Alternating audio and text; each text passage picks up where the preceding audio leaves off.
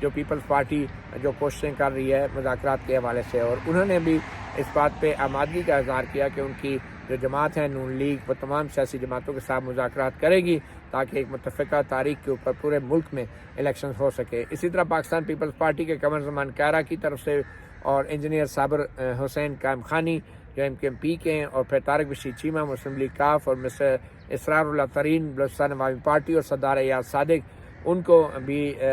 یہ ہدایت کی گئی تھی ان جماعتوں کی طرف سے۔ انہوں نے بھی اپنی جماعتوں کی طرف سے عدالت کو ایڈریس کیا اور فاروق اشنائے کو خواجہ سعد رفیق کے جو رائے تھی اس سے اتفاق کیا۔ مخدوم شاہ محمود قریشی جو تحریک انصاف کے نائب صدر ہیں، انہوں نے بھی کورٹ سے مخاطب ہوئے اور انہوں نے اس بات کی یقین دہانی کرائی کہ جس قسم کی بھی غلط فہمیاں ہیں، جو سیاسی ماحول ہے اور جو حالات ہیں، ان کی پارٹی جو ہے وہ آگے بڑھنے کے لیے تیار ہے، مگر آئین پاکستان کے فریم ورک کے اندر، اور تاکہ ایک مذاکرات کے ذریعے ایک متفقہ تاریخ جو ہے پورے ملک میں الیکشن کرانے کی اس پہ اتفاق پیدا کیا جا سکے۔ تاہم انہوں نے یہ بھی کہا کہ جو مذاکرات کا عمل ہے وہ بالکل لامحدود لامتناع نہیں ہونا چاہیے، اور وہ اس کو تاخیری حربوں کے طور پہ استعمال نہیں ہونا چاہیے، اور یہی PTI کے خدشات ہیں۔ چیف جسٹس عمر طاہر بندیال کے اس حکم نامے کے مطابق مخدوم شاہ محمود قریشی نے کہا کہ یہ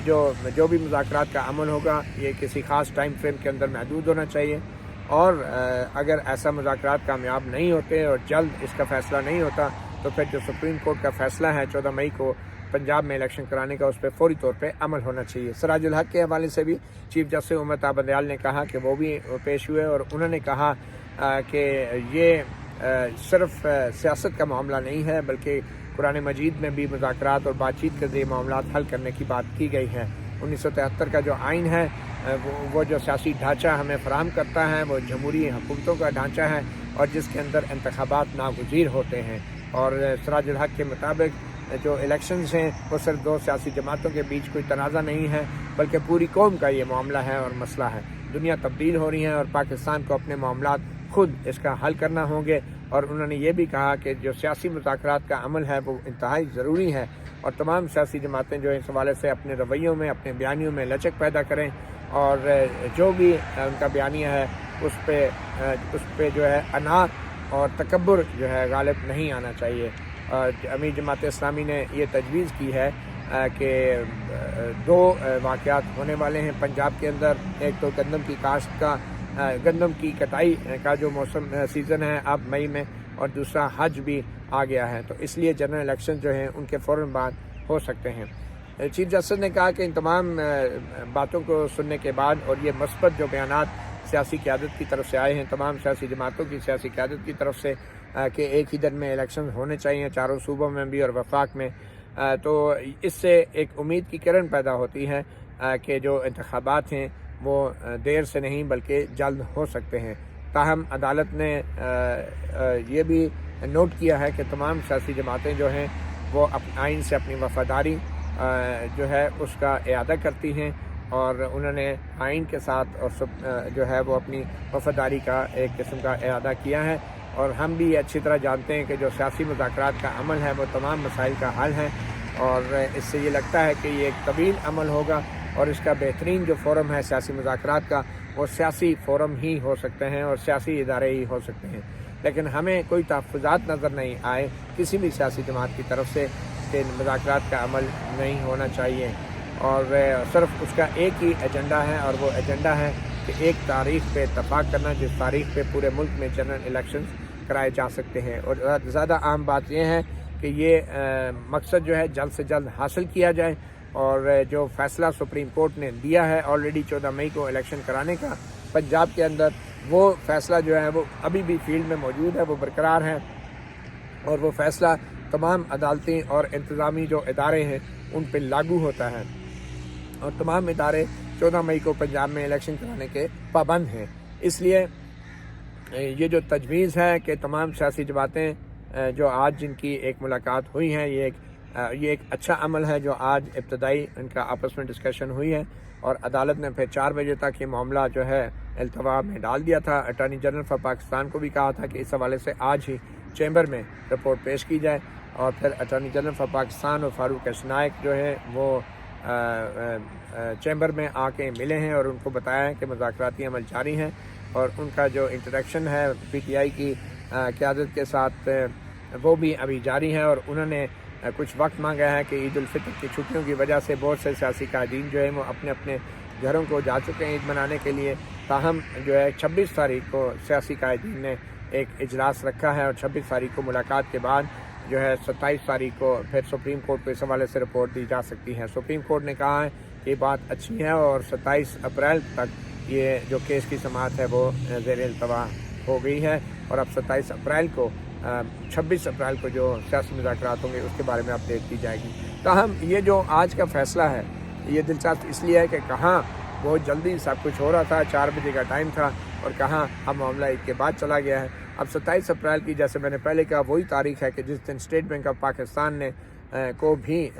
یہ حکم ہے کہ الیکشن کمیشن آف پاکستان کو 21 ارب روپے کی رقم جو ہے وہ فراہم کرنی ہے۔ تو اگر یہ معاملہ 27 اپریل تک چلا ہی گیا ہے تو لگتا نہیں ہے کہ اب الیکشن کمیشن بھی اس پوزیشن میں ہوگا کہ 14 مئی کو ہی پنجاب میں الیکشن کرا سکے۔ جو وقت گزر رہا ہے